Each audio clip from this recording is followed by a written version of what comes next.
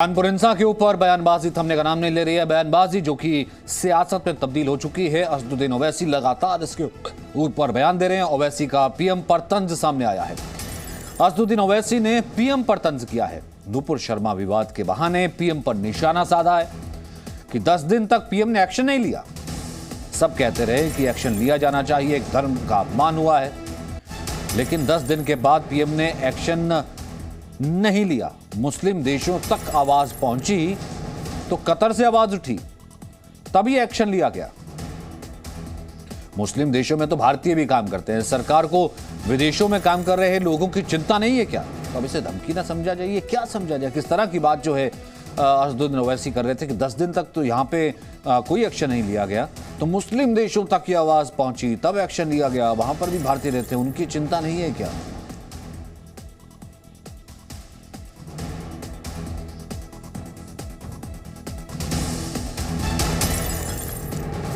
तो नुपुर शर्मा के बहाने पीएम पर निशाना, इससे पहले भी पीएम पर निशाना से इसी बात को कह करके असदुद्दीन ओवैसी कह चुके हैं, बता चुके हैं कि पीएम ने 10 दिन बाद क्यों एक्शन लिया।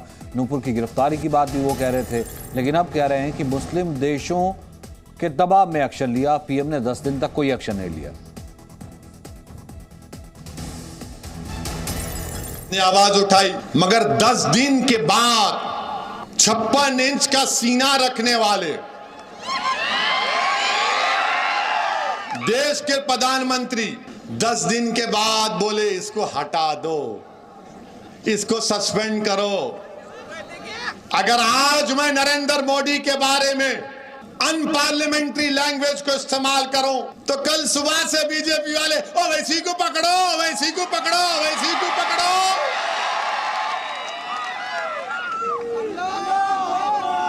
आप बताइए, 10 दिन के बाद मोदी को ख्याल आया, हम पुकार रहे हैं, बोल रहे हैं, मगर टस से मस नहीं होते मित्रों।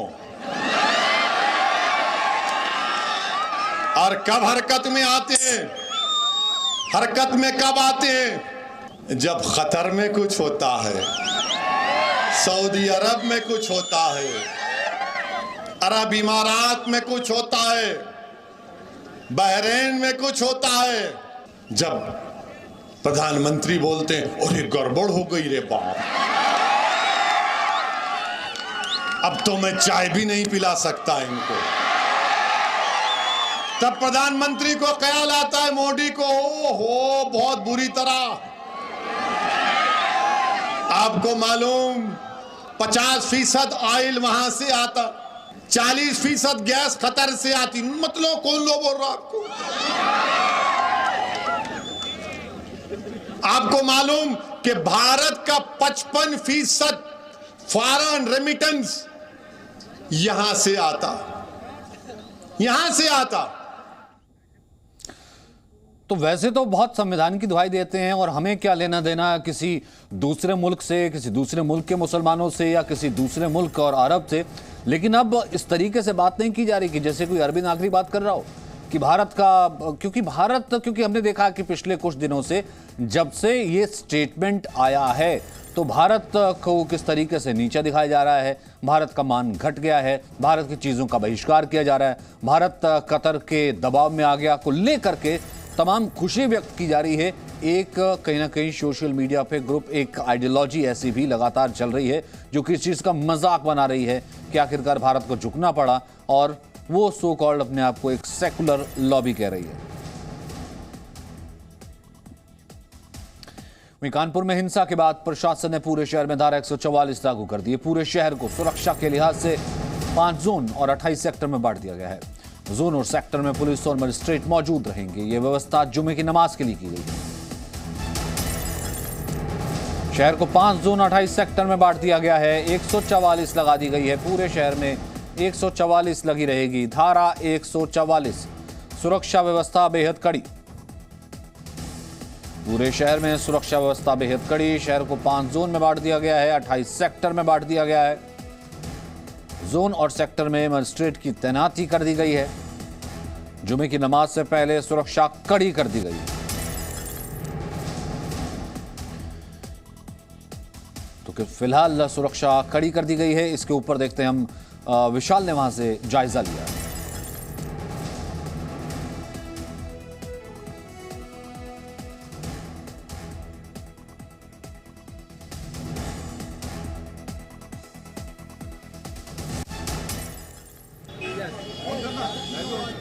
इस वक्त हम कानपुर के सद्भावना पुलिस चौकी के बाहर है, जिस जगह पर यह पूरी हिंसा हुई थी। यहाँ पर अब कानपुर पुलिस ड्रोन से नजर रखने की तैयारी कर रही है, यानी आसपास के इलाकों पर अब ड्रोन से नजर रखी जाएगी। और आप देखिए यहाँ पर ड्रोन ये तैयारी भी कर रहे हैं, ये ड्रोन उड़ेंगे और उसके बाद आसपास के इलाकों पर नजर रखी जाएगी ताकि सुरक्षा व्यवस्था यहाँ पर बनी रहे। और टेक्नोलॉजी के माध्यम से यह पता लगाने की कोशिश की जाएगी कहीं किसी इलाके में भीड़ भाड़ एक साथ इकट्ठा तो नहीं हो रही है, या फिर कहीं कोई और चीज़ें तो नहीं हो पा रही हैं, क्योंकि कहीं भीड़ इकट्ठा होती है या कहीं पत्थर इकट्ठा किया जाता है। तो इस सुरक्षा के लिहाज से फिलहाल यहाँ पर ड्रोन से नज़र रखने की तैयारी की जा रही है कानपुर पुलिस की तरफ से। तस्वीरें आप देखिए, ड्रोन उड़ रहे हैं इस पूरे इलाके में जहाँ पर हिंसा हुई थी और पथराव हुआ था। और इसके साथ ही साथ आप इन तस्वीरों के माध्यम से ये समझ सकते हैं कि कितनी सतर्कता अब कानपुर पुलिस बरत रही है, क्योंकि 3 जून को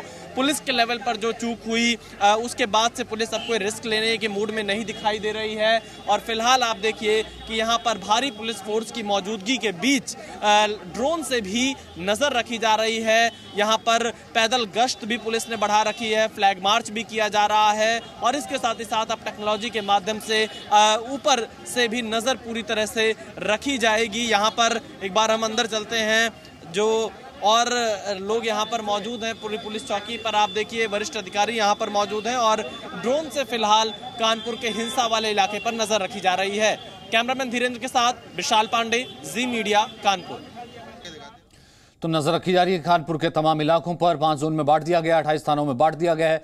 फिलहाल जिस तरीके से कार्रवाई की गई है, पुलिस सुनिश्चित करना चाहती है कि किसी प्रकार की कोई हिंसा ना हो, किसी प्रकार की हिंसा की प्लानिंग ना हो। तो कानपुर शहर में धारा 144 लागू कर दी गई है। फ्लैग मार्च लगातार हुआ है। 5 जोन में शहर को बांटा गया है, 28 सेक्टर में शहर को बांट दिया गया है। शांति बहाली के लिए 3 एसपी, एमएलए, कमिश्नर से मुलाकात की है। कानपुर हिंसा पर पुलिस से चर्चा भी की गई है। घटना हुई उसके बाद से ये सतर्कता बरतने की कोशिश है। जी हाँ, बिल्कुल यही बात जी। और हम लोग कोशिश करेंगे कि ड्रोन के जरिए आगे भी हम लोग समय समय पर निगरानी रख सकें। Thank you. तो देखिए यहाँ पर ड्रोन से नजर रखी जा रही है, भीड़ पर खास तौर पर कंट्रोल रखा जा सके। भीड़ भाड़ वाले इलाकों में अब ड्रोन से कानपुर पुलिस नजर रखेगी। कैमरामैन धीरेन्द्र के साथ विशाल पांडे, जी मीडिया, कानपुर। तो देखिए कानपुर में पूरे ड्रोन्स भी तैनात कर दिए गए हैं, क्योंकि हमने देखा है कि छतों पर किसी तरीके की प्लानिंग ना हो, पत्थर वहां पर इकट्ठे ना हो। और पुलिस लगातार अब जोन्स में बांटा गया है कि अलग अलग जोन में इस पूरे शहर को डिवाइड किया गया है कि किस तरीके से जोन्स में डिवाइड करके सुरक्षा को बढ़ाया जाना है। और उसके बाद कानपुर में हिंसा आखिरकार हुई कैसे, इसके ऊपर जो है योगी सरकार बेहद सख्त है कि इसके बावजूद कि पुलिस लगातार टच में थी, इसके बावजूद कि पुलिस की मीटिंग चल रही थी, इसके बावजूद कि बंद बुलाने की कॉल हयात और उसके साथियों की थी, लेकिन वो कह दिया गया था कि हम आगे बंद बुला लेंगे, लेकिन फिर भी लोग निकलते हैं, बंद बुलाया जाता है और हिंसा हो जाती है। ये सब कैसे हुआ?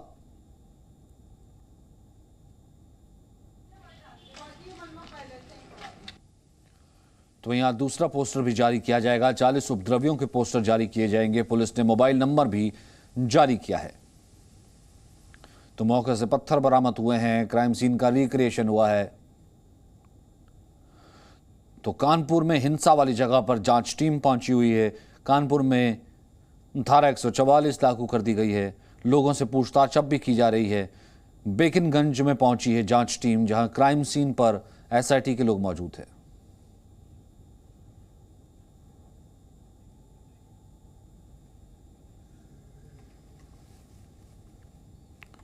क्राइम सीन की फोटोग्राफी की जा रही है। मौके से पत्थर बरामद किए गए हैं। पुलिस और एसआईटी की टीम मौजूद है।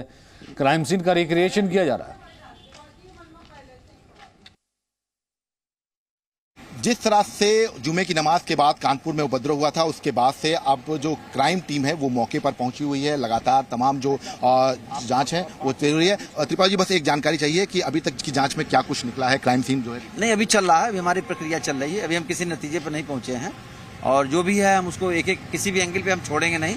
हर एंगल से जो भी एविडेंस है सब कलेक्ट कर रहे हैं और उसके बाद अग्रिम कार्रवाई की रहेंगे।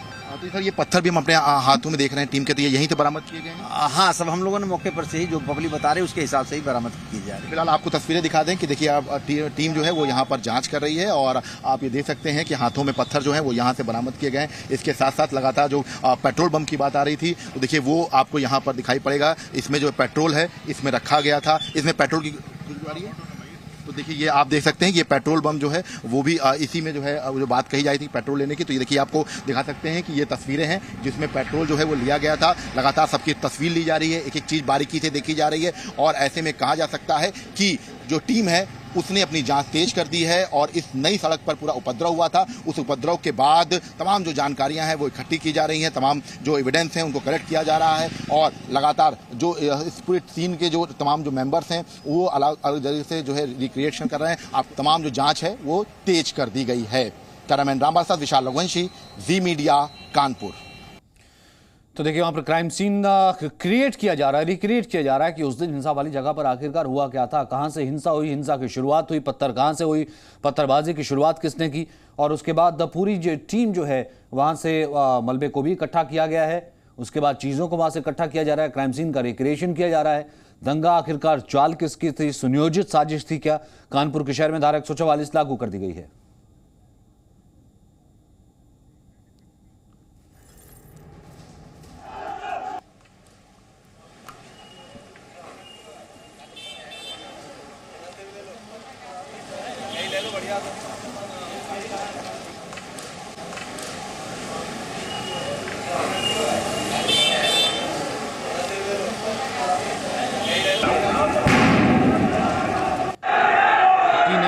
तीन एसपी एमएलए कमिश्नर से मुलाकात हुई है। पुलिस से लगातार चर्चा की जा रही है, पुलिस से लगातार बात की जा रही है और तमाम जगहों को जो है 144 धारा 144 जो है तमाम जगहों पर लागू कर दी गई है। कानपुर शहर में धारा 144 लागू कर दी गई है। 5 जोन में बांटा गया, 28 सेक्टर में बांटा गया। शांति बहाली के लिए 3 एसपी एमएलए कमिश्नर से मुलाकात की गई है। कानपुर हिंसा पर पुलिस से चर्चा की गई है। हयात और उसके साथियों की पुलिस ने रिमांड मांगी है, मास्टरमाइंड की रिमांड के लिए अर्जी दी है। वहीं बाल आयोग नाबालिग की गिरफ्तारी पर संज्ञान ले रहा है। कमिश्नर से 3 दिन में रिपोर्ट मांगी है। विशाल इस वक्त हमारे साथ मौजूद हैं। विशाल, ये सुनिश्चित किया जा रहा है कि दोबारा कोई ऐसी हिंसा ना हो, बल्कि ये भी सुनिश्चित किया जा रहा है कि आखिरकार ये हिंसा हुई कैसे, उन कारणों का भी पता लगाया जाए। किस तरीके से जो है इस पूरी हिंसा को और उस हिंसा के तमाम पहलुओं की जांच की तय तक जाया जाए, इसको सुनिश्चित किया जा रहा है। देखिए सचिन, बिल्कुल, और इसीलिए आज पुलिस सबसे पहले हयात जफर हाशमी के पुलिस रिमांड को लेने की कोशिश कर रही है ताकि हयात जफर हाशमी से पूछताछ कर यह पता लगाया जा सके कि उसने किसके इशारे पर इस हिंसा को अंजाम दिया और कैसे लोगों को भड़काने का काम किया। क्योंकि कानपुर के पुलिस कमिश्नर ये पहले ही बता चुके हैं कि हिंसा के आरोपियों के पास से पीएफआई से संबंधित कुछ लिटरेचर मिले हैं, तो पीएफआई कनेक्शन पर भी लगातार कानपुर पुलिस की नज़र है। इसके अलावा यूपी एटीएस भी इस जाँच में बिल्कुल सीधे तौर पर तो शामिल नहीं है, लेकिन उसकी भी नज़र कानपुर की इस पूरी हिंसा पर रही है कि इसका जो तरीका रहा है वो किस तरह से रहा है। क्योंकि 3 जून को जब प्रधानमंत्री, राष्ट्रपति, मुख्यमंत्री, राज्यपाल हर कोई कानपुर में मौजूद था, उसी दिन ये हिंसा क्यों की गई, इस खास तौर पर एंगल की जांच के लिए एटीएस की नज़र कानपुर हिंसा पर ज़रूर है। इसके अलावा दूसरी चीज़ ये है कि हयात जफर हाशमी की पत्नी का क्या रोल रहा है, हयात जफर हाशमी किन लोगों के संपर्क में था, उन लोगों पर भी पुलिस पूरी तरह से नजर रख रही है और कैसे किए गए या फिर खाली बोतलों में पेट्रोल लाकर उसे पेट्रोल बम के तौर पर इस्तेमाल करने की साजिश की गई थी। इन तमाम चीज़ों पर पुलिस जांच कर रही है। अब तक 54 गिरफ्तारी कानपुर हिंसा मामले में हो चुकी है और इसकी संख्या आज शाम तक बढ़ सकती है। लगभग आप ये कह सकते हैं कि 50 से 60 संदिग्ध ऐसे हैं जिन पर कानपुर पुलिस की नज़र है और जिनकी तलाश कानपुर पुलिस कर रही है और एसआईटी की टीम हर एंगल से फिलहाल जांच कर रही है। और इस वक्त हम जहां पर मौजूद हैं, ये वही जगह है जहां पर ये पूरी हिंसा हुई थी। Presenting B News app available on Google Play and App Store. Download it now.